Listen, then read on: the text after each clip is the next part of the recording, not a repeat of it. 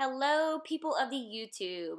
So today I just want to bring y'all just a raw workout from the other day. I actually filmed this like almost a week ago, and I just forgot to film the rest of the day after this workout. So I'm just giving y'all this workout from my leg day the other day, which was squat focused. So jumping right in, you can see that I have this funny little setup using resistant bands on the squat rack.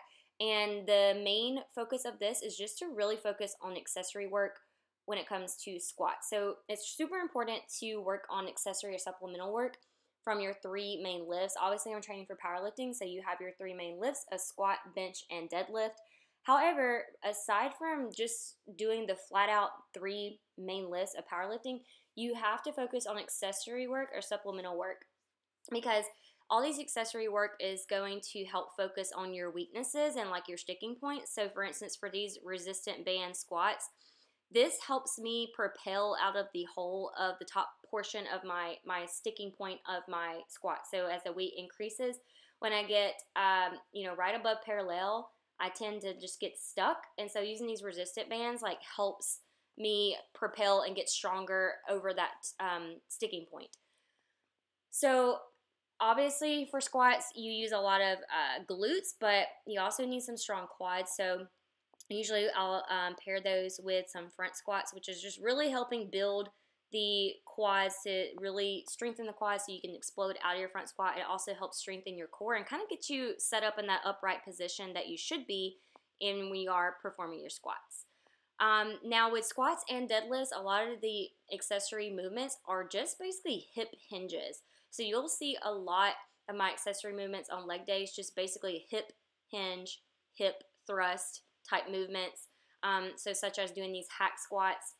I'm really just focusing sitting back, squeezing the glutes, squeezing the hamstrings, and using my core and just thrusting forward.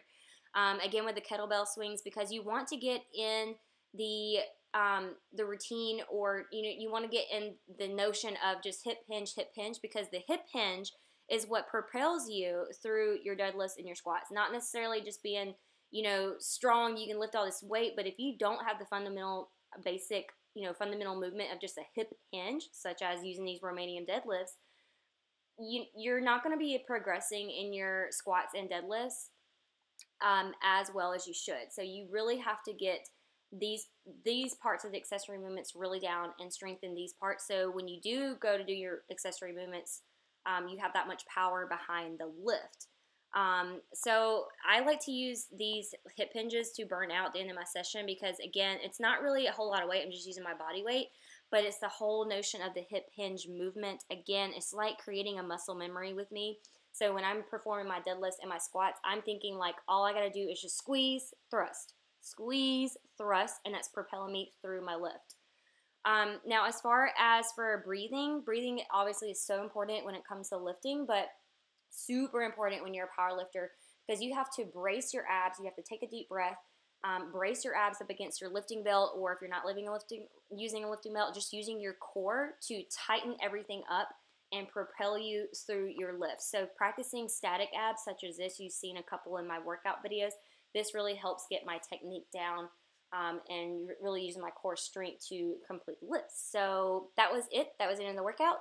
Hope you guys enjoyed it, and I'll see y'all in the next video.